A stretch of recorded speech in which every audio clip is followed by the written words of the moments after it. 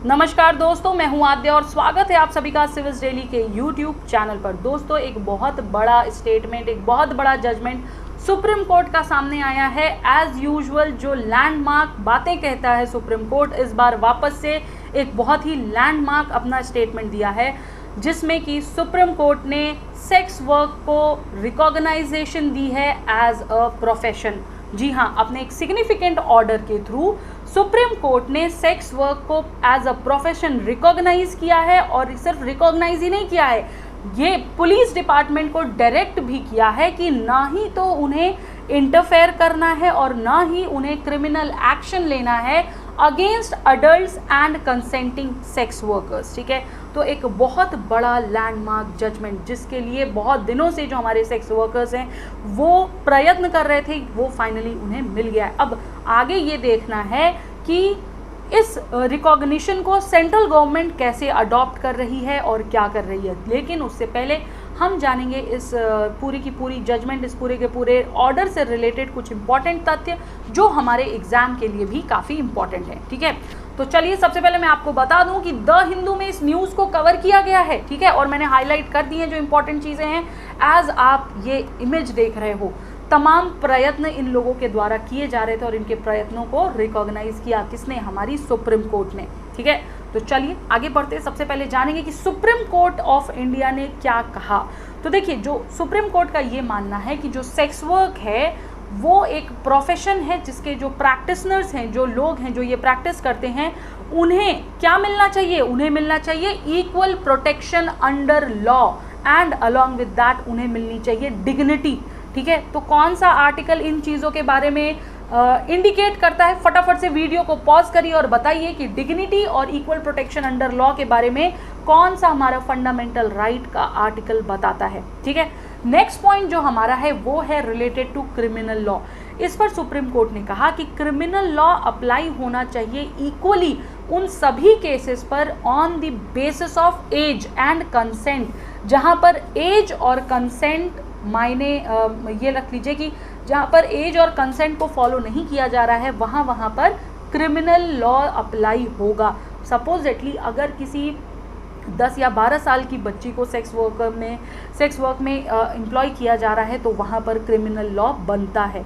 ठीक है, अगर किसी को फोर्सफुली अबडक्ट करके ट्रैफिक करके उसमें डाला जा रहा है तो वहाँ भी क्रिमिनल लॉ बनता है। ठीक है, दूसरी चीज़ ये कि इन्होंने जो कही वो ये कहा कि it not be gain said कि notwithstanding the profession every individual in the country, हर एक व्यक्ति को जो कि भारत देश का निवासी है उसे क्या प्राप्त है? उसे प्राप्त है आर्टिकल 21 के तहत a dignified life, right to life. Right, article 21 क्या बताता है? हमारा राइट टू लाइफ। ठीक है, ये आपसे पूछा भी गया था 2021 में, अगर मैं गलत नहीं हूँ 2021 में राइट टू लाइफ कौन से आर्टिकल का है, ये से एक रिलेटेड प्रीलिम्स में क्वेश्चन आया था। तो वापस से इसको रोल में लाया है सुप्रीम कोर्ट ने। ठीक है, और कॉन्स्टिट्यूशन के तहत ये ऑब्जर्व भी किया है। ये जो पूरा ऑर्डर था ये पास हुआ है after invoking special powers under article 142 of the constitution. जरा फटाफट से पॉज करिए और बताइए कि आर्टिकल 142 स्पेशली इंडिकेट क्या करता है एज द कॉन्स्टिट्यूशनल लैंग्वेज में क्या कहा गया है आर्टिकल 142 में। मैंने ये तो बता दिया कि किस बारे में बात करता है, लेकिन है क्या आर्टिकल 142? फटाफट से पॉज करके बताइए। ठीक है, चलिए आगे चलते हैं और समझते हैं नेक्स्ट जो पहलू है उसका, वो ये कि किस तरीके से कोर्ट ने इंडिकेट किया है डायरेक्टली पुलिस डिपार्टमेंट को कि वो बेवजह सेक्स वर्कर्स को परेशान न करें, क्योंकि सेक्स वर्क भी एक प्रोफेशन है। उन्होंने कहा कि इट इज़ क्लियर कि जो सेक्स वर्कर है वो एक अडल्ट हों और वो अपनी रजामंदी के साथ इस प्रोफेशन में अगर हैं तो उस केस में पुलिस इंटरफेयर नहीं करेगी और पुलिस उन्हें परेशान भी नहीं करेगी किसी भी प्रकार का क्रिमिनल एक्शन लगाते हुए। बेंच ने ये ऑर्डर किया है कि जो सेक्स वर्कर्स हैं basically they should not be arrested और पीनलाइज्ड और हैरेस्ड और विक्टिमाइज्ड, क्योंकि बहुत से केसेस में इनकी ये कंप्लेन भी रहती है कि पुलिस हमें ज़्यादा हैरेस करती है, पुलिस हमें ज़्यादा परेशान करती है। तो एक क्लियर कट इंडिकेटिंग दे दी है सुप्रीम कोर्ट ने यहाँ पर। उन्होंने ये भी कहा कि जो वॉलंटरी सेक्स वर्क है वो इलीगल नहीं है, that is not illegal, and जो रनिंग ऑफ द ब्रॉथल है, ठीक है, अगर कोई ब्रॉथल रनिंग में है तो वो अनलॉफुल है। तो आप ये देख लीजिए कि इस एक्ट से एक चीज़ क्लियर हो गया, जो ये जजमेंट आया कि भाई ब्रॉथल रनिंग इज इलीगल, ठीक है। जो बेसिक प्रोटेक्शन है ह्यूमन डिसेंसी की, डिग्निटी की, वो जाती है कि सेक्स वर्कर्स को भी, उनको भी प्राप्त होनी चाहिए, और जो उनके बच्चे हैं उनको भी इसका अधिकार है, ठीक है।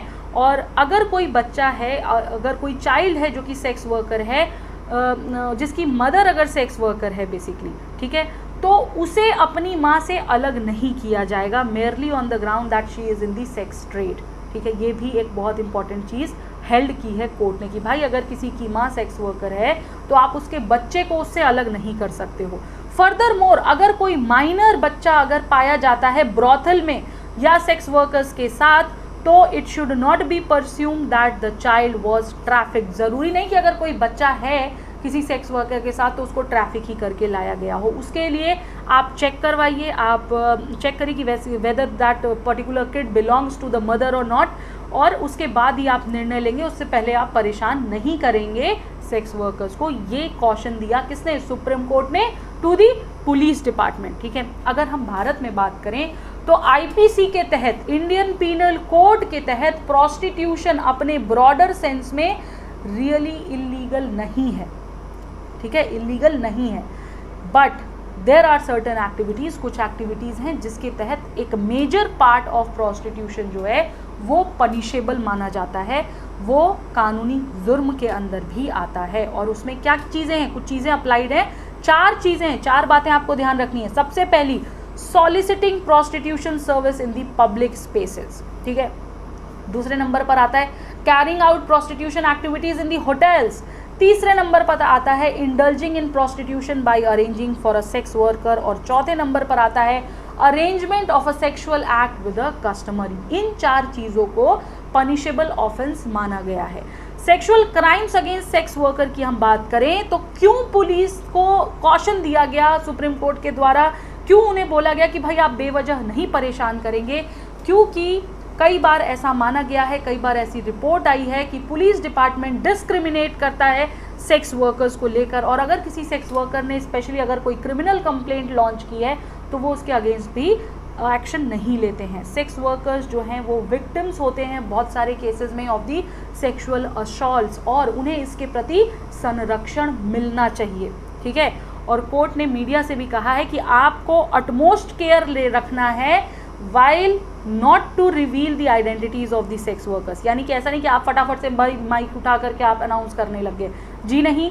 उनके अरेस्ट, उनकी रेड, उनकी रेस्क्यू ऑपरेशन में आप उनकी आइडेंटिटीज रिवील नहीं करोगे। ये साफ शब्दों में सुप्रीम कोर्ट ने मीडिया को भी बता दिया है, ठीक है।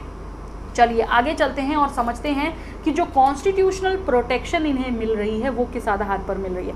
तो देखिए एक आर्टिकल हमारा article 23 of the Indian constitution, जिसे अमेंड किया गया था 2014 में, उसमें कुछ प्रोविजंस हैं जिसके तहत इनको संरक्षण मिलना चाहिए। सबसे पहला हमारा है prohibition of human trafficking and forced labour. आपको पता होगा कि बहुत सारे बच्चों को ट्रैफिक करके उन्हें जो है प्रोस्टिट्यूशन के धंधों में उन्हें फोर्स्ड लेबर करवाया जाता है। ये चीज़ें गलत है, ये कहता है हमारा article 23 of the Indian constitution. दूसरा जो हमारा है traffic in human beings and बेयर्स, इसमें जो है बात की गई है फोर्स्ड लेबर के साथ साथ, जो कि प्रोहिबिटेड है आर्टिकल 23 के साथ, उसके साथ साथ कॉन्ट्रावेंशन ऑफ दिस प्रोविजन को ऑफेंसिव भी माना गया है। यानी ना सिर्फ ये गलत है, बल्कि अगर आप गलत ये काम कर रहे हैं तो आप पनिशेबल भी हैं in the eyes of law. ये कहता है हमारा आर्टिकल 23। लेकिन इस पूरे आर्टिकल में कहीं भी प्रीक्लूड नहीं है कि जो स्टेट है वो इम्पोज कर सकता है compulsory service for public purposes, and जो स्टेट है वो डिस्क्रिमिनेट नहीं करेगा on the basis of religion, race, caste, class combination in such services, ठीक है। इन सर्विसेज को इम्पोज करने में वो नहीं करेगा, ये कहता है हमारा आर्टिकल 23। तो देखिए कई सारे आर्टिकल्स यहाँ पर, राइट टू इक्वालिटी का आर्टिकल आ गया, राइट टू लाइफ का आर्टिकल आ गया, राइट टू प्रोहिबिशन का आर्टिकल भी आ गया, ठीक है। कई सारे आर्टिकल्स यहाँ पर आ गए, राइट। तो इम्पॉर्टेंट है ये, एक जगह नोट कर लीजिएगा। लीगल स्टेटस की अगर हम बात करें भारत में, तो देखिए prostitution is not a crime, लेकिन प्रॉस्टिट्यूशन से रिलेटेड कुछ चीज़ें हैं वो ज़रूर क्राइम है, ठीक है। जैसा कि मैंने आपको अभी बताया भी था, 4 मुद्दों पर बात हुई थी। Soliciting and brothels are illegal, तो ब्रॉथल इलीगल है कि नहीं? बिल्कुल है, ठीक है। लिमिटेड लीगैलिटी है, लीगल इलीगल की जो बात की गई है वो भी मैंने आपको बता दिया। अब यहाँ पर आपसे मेरा एक क्वेश्चन है कि भाई जो सुप्रीम कोर्ट का जजमेंट है, ठीक है, जो सुप्रीम कोर्ट का ऑर्डर है बेसिकली, उसको अगर सेंटर एक्सेप्ट करता है कोर्ट के डायरेक्शन को, तो वो उसकी वजह से क्या चेंजेस आएंगे इंडिया में, इसको आप बताइए। सब्सटेंटिएटेड,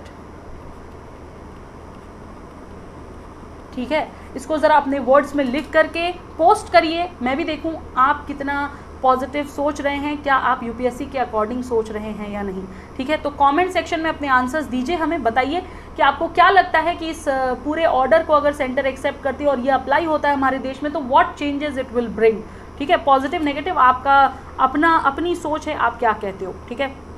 तो चलिए दोस्तों, ये तो था ही हमारा, उसके साथ साथ एक और कंपैरेटिव स्टडी यहाँ पर हम करेंगे कि वेयर डू अदर कंट्रीज़, जो दूसरे देश हैं, वो भारत के कंपैरिजन में कहाँ स्टैंड करते हैं, ठीक है। तो देखिए, कुछ कंट्रीज़ ऐसी हैं जिन्होंने आउटराइटली बैन कर दिया है प्रोस्टिट्यूशन को। हमारे यहाँ इलीगल नहीं है प्रोस्टिट्यूशन, याद रखिएगा, लेकिन कुछ देशों में डायरेक्टली ये प्रैक्टिस बैन है। हालांकि कुछ जगहों पर इससे रिलेटेड रेगुलेशंस चल रहे हैं, कुछ जगहों पर हेल्थ और सोशल बेनिफिट्स भी दिए जाते हैं सेक्स वर्कर्स को। कुछ एग्जाम्पल है जहां पर प्रोस्टिट्यूशन लीगल माना गया है। सबसे पहला एग्जाम्पल हमारा न्यूजीलैंड का है। यहाँ पर प्रोस्टिट्यूशन को लीगल कर दिया गया था 2003 में, और इवन ब्रॉथल्स को लाइसेंस भी दिए गए under public health and employment laws, ठीक है। तो इसके तहत इन्हें जो है सभी प्रकार के सोशल बेनिफिट्स मिलते हैं।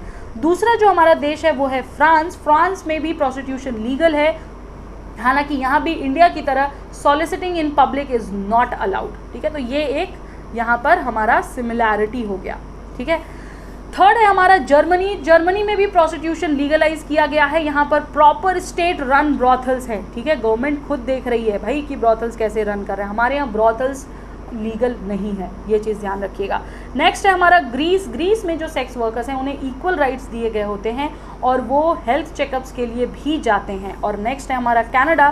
कनाडा में भी प्रोस्टिट्यूशन लीगल है, लेकिन स्ट्रिक्ट रेगुलेशंस के आधार पर, यानी कि कहीं ना कहीं कनाडा का स्ट्रक्चर भी हमारे देश से सिमिलर है, ठीक है, और कुछ देशों का अलग है। तो ये है जहाँ पर पूरे विश्व की क्या स्थिति है। एक कंपैरेटिव स्टडी मैंने आपको दी है। जब आप अपना आंसर लिखिएगा ना तो इसे उसमें ज़रूर डालिएगा, ठीक है। ये पॉइंट काफ़ी अच्छे हैं, तो आप अपने जब भी आप आंसर लिखिए कि भाई क्या चेंजेस ला सकते हैं ये भारत में, उसमें आप अगर इसको मेंशन करते हैं कि भाई इन देशों में ये चीज़ें हो रही हैं, तो ऑब्वियसली एग्जामिनर आपको एक्स्ट्रा मार्क्स देगा ही देगा, ठीक है दोस्तों। तो ये था हमारा पूरा सेशन हमारे सेक्स वर्कर्स के प्रोफेशन को लीगलाइज करने के ऊपर। आई होप आपको समझ आया होगा। फिर भी कहीं अगर डाउट है कमेंट करके ज़रूर बताइएगा, हम पूरी कोशिश करेंगे आपके डाउट्स को निवारण करने की, और आंसर ज़रूर दीजिएगा मैंने जो भी क्वेश्चंस आपसे पूछे हैं, ठीक है। तो चलिए आज के लिए इतना ही, नेक्स्ट सेशन में फिर मिलेंगे, तब तक के लिए धन्यवाद, नमस्कार, जय हिंद, जय भारत।